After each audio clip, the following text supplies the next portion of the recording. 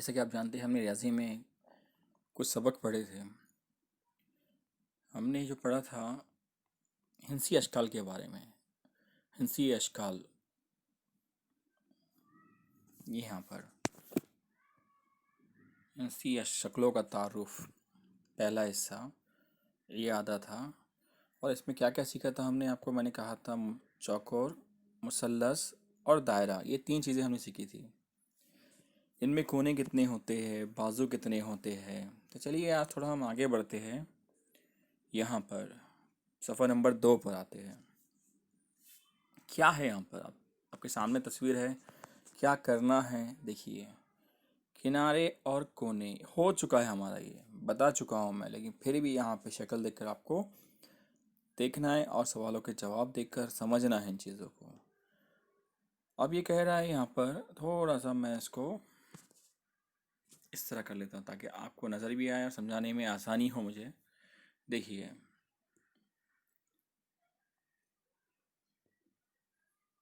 यहाँ पर जो है किनारे और कोने में कहा गया है, क्या कहा गया है, बर्फी का टुकड़ा देखो। ये बर्फी का टुकड़ा है, इसके अंदर रखा हुआ दिख रहा है आपको, बर्फी का टुकड़ा। यस, बर्फी का टुकड़ा चौकोर है। कैसा नजर आ रहा है आपको? देखिए आप लोग, बर्फी का टुकड़ा कैसा नजर आ रहा है? चौकोर है या नहीं है? चौकोर है या नहीं है? है। अब फिर ये कह रहा है कि चौकोर के चार किनारे और चार कोने होते हैं। किनारे यानी बाजू, मैंने कहा था आपको चौकोर की कोई भी चौकोर चीज़ लेंगे आप तो चार कोने और चार बाजू उसके होते हैं।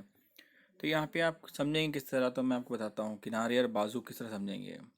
देखिए यहाँ पर ये जो है, ये किनारा हो गया, ये किनारा हो गया, ये किनारा हो गया, ये किनारा हो गया, चार किनारे हो गए। चार कोने कौन से हो गए? ये तो ये देखिए, ये कोना, ये कोना, ये कोना और ये कोना। तो इस चार कोने और चार किनारे होते हैं। किनारों को हम बाजू कहते हैं या ज़िला भी कहते हैं। आगे आगे हम बढ़ेंगे तो चीज़ें समझ में आएंगी आपके। तो ये आपको जहन में रखना है।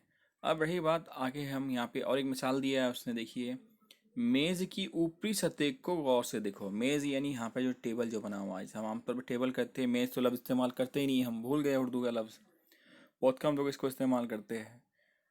तो ये मेज़, ये टेबल जो आपके सामने नज़र आ रहा है, इस टेबल के, इस मेज़ की ऊपरी सतह, ऊपर वाले हिस्से को देखना है हमें। क्या देखना है? तो ये आप देखिए यहाँ पर इस हिस्से को देखने के लिए कहा गया है। कैसा लग रहा है ये आपको? चौकोर या चौकोन दिख रहा है। तो इस चौकोन शक्ल में अब वो कह रहा है कि मेज की ऊपरी सतह के कितने किनारे हैं, किनारे या बाजू, कितने किनारे हैं कितने बाजू है। तो आपके सामने ये बात है, ये एक किनारा, ये दो, ये तीन और ये चार किनारे है ना। अब वो कह रहा है कि मेज की ऊपरी सतह के कितने कोने हैं, कोने कितने हैं इसमें। ये भी बड़ा आसान है आपके लिए।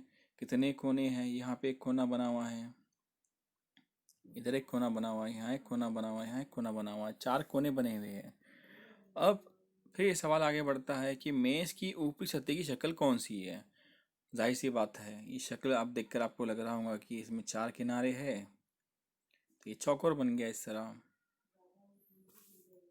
तो चौकोर, चार जिले वाली शक्ल जिसे हम चौकोन भी कहते हैं, तो ये आपके लिए बड़ा आसान रहा। अब आती है बारी चौकोन में लंबा जो चौकोन होता है उसे मुस्ततील कहते हैं। क्या कहते हैं उसको? मुस्ततील कहते हैं। इस बात को आपको बहुत ध्यान से याद रखना पड़ेगा। तो मुस्ततील कहाँ लिखा हुआ है, हम किसके बारे में कह रहे हैं? ये है जो मुस्ततील लंबा वाला चौकोन जो होता है।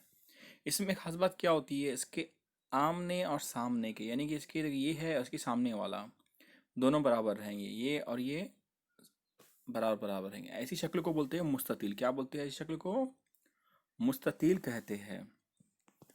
अब यहाँ पे थोड़ा उसके बारे में डिटेल है, मैं आपके सामने पढ़ रहा हूँ। बाजू में दिखाए हुए तरीके से एक मुस्ततिल कागज़ लो। एक कागज़ आपको लेना है इसी तरह का लंबा चौकोन वाला। फिर मुस्ततिल के कितने किनारे कितने कोने होते हैं आपको बताने हैं। तो आप देखिए इसमें किनारा एक, दो, तीन, चार किनारे होते हैं। और इसके कोने कितने होते हैं आपको बताना है। ये एक, ये दो, नहीं समझ में आया तो ये देखिए यहाँ पर, ये कोना, दो कोना, तीन, चार, चार कोने होते हैं इसके अंदर। अब कह रहा है कि अब आमने सामने के किनारे एक दूसरे से जोड़ने के लिए कागज़ को इस तरह बीचों बीच में से तय कर लो। अब वो कह रहा है कि इनको जोड़ने के लिए आमने सामने के किनारों को, यानी कि ये वाला जो हिस्सा है, ये वाला हिस्सा जो है, ये किनारा जो है, इस किनारे पर हमको लाना है। तो इसके लिए हमें क्या करना पड़ेगा, उसको बीच में से फोल्ड करना पड़ेगा। देखिए, तो फोल्ड कर दे रहे इस तरह, उसको घुमा दे रहे। घुमाने के बाद क्या हो गया, क्या कह रहा है कि देखो बाजू ज़्यादा लंबाई का किनारा सामने के किनारे से ठीक ठीक जुड़ जाता है। इससे हमें मालूम हुआ कि जब हम तय कर लेंगे तो ये एक दूसरे के ऊपर बराबर बराबर आ जाएंगे, क्योंकि ये वाला जो हिस्सा है, ये वाला हिस्सा आपस में मिल जाएंगे। जब मिलाएंगे तो इस तरह एक चौकोर, इस तरह लंबा चौकोर बन जाएगा। फिर वो कह रहा है कि बीच में से एक मरतबा फिर से उनको मोड़ना है। तो मोड़ने के बाद फिर देखना है कि बराबर बराबर मसावी क्या है, लंबाई क्या है क्या नहीं है। दो तरीके से मोड़ना है। पहले हमें बीच में से एक मरतबा इस तरह मोड़ना है, तो आपको लगेगा कि ये और ये दोनों बराबर है। देखिए फिर से कह रहा हूँ मैं कि ये और ये बराबर है, ये चेक करने के लिए हमें बीच में से एक बार मोड़ना पड़ेगा। और फिर हमें ये और ये बराबर है, ये जानने के लिए हमें उस कागज़ को बीच में से मोड़ना पड़ेगा। तो ये बराबर इसके बराबर आ जाएगा। तो हमें इससे मालूम हो जाएगा कि मुस्ततिल में आमने सामने के जो किनारे होते हैं वो बराबर बराबर होते हैं। यही चीज़ हमें जानना था, इसके लिए बताया गया कागज़ लो, कागज़ को फोल्ड करो, लंबा वाला चौकोन लो जिसे हम मुस्ततिल कहते हैं। तो कैसे मालूम होगा कि आमने सामने के जो है बाजू या किनारे बराबर है। तो उसके लिए उसने ये तरीका बताया है, एक तजुर्बा करने के लिए कहा। यहाँ पर वैसा मुरब्बे के लिए भी कहा है उसने।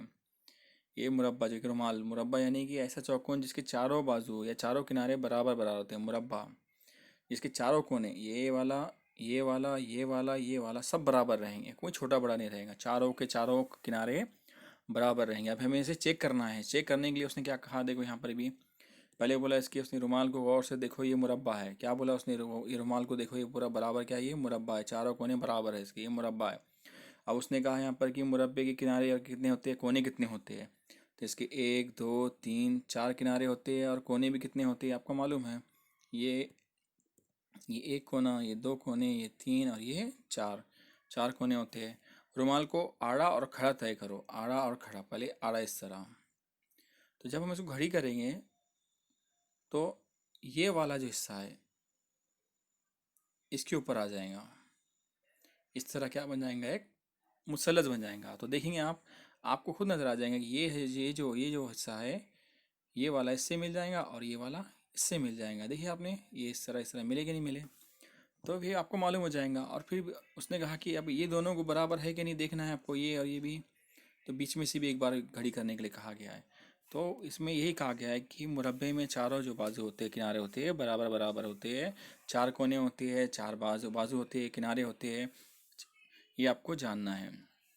अब हमें सीखना था मुसल्लस के बारे में। किसके बारे में, मुसल्लस के बारे में। तो इसके लिए हमने क्या किए, मुसल्लस के बाजू कितने या किनारे कितने हैं हमें गिनेंगे। एक किनारा, दो किनारे, तीन किनारे। कितने किनारे, तीन किनारे। कोने कितने हैं इसके अंदर, ये भी देखिए, एक दो तीन, तीन कोने हैं। बस हो गया, हमने चार चीज़ें सीखी है। कौन कौन सी, एक तो हमने चौकोर के बारे में सीखे, एक मुस्ततिल के बारे में, एक मुरब्बे के बारे में, एक मुसल्लस के बारे में। याद रखो चौकोर जो है, मुस्ततिल मुरब्बा ये चौकोर ही है, लेकिन मुस्ततिल जो होता है उसमें आमने सामने के जो है बाजू किनारे बराबर होते हैं। मुरब्बे में चारों किनारे बराबर होते हैं। चौकोर में ऐसा नहीं होता है, कोई छोटा होगा बाजू, कोई बड़ा होगा। अब यहाँ पे उसने एक सवाल दिया है आपके सामने, टेबल दिया है, यहाँ शक्ल बोला है उसने। ये पहले भी चौकोर बना हुआ है, ये भी चौकोर बना हुआ है, आप देखते जाइए। देखिए ये भी चौकोर है, ये भी चौकोर है, ये भी चौकोर है, ये मुसल्लस है, ये दायरा है।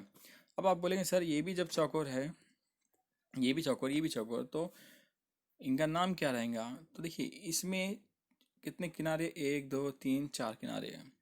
ये चौकोर है, ये चे व चौ यहाँ पे लिखना पड़ेगा। इस यहाँ पे शक्ल का नाम जो इसमें लिखना पड़ेगा हमें, चौकोर, चौकोर लिखे, यहाँ हमें लिखना है चौकोर। लेकिन इसमें देखिए चारों किनारे जैसे है क्या, नहीं, छोटे बड़े हैं, इसलिए इसको चौकोर बोलेंगे हम। और यहाँ कितने किनारे इसके, एक दो तीन चार, यहाँ लिखना है आपको चार, चार किनारे। और यहाँ पे कोने कितने हैं इसमें, एक दो तीन चार, यहाँ पे लिखना पड़ेगा चार।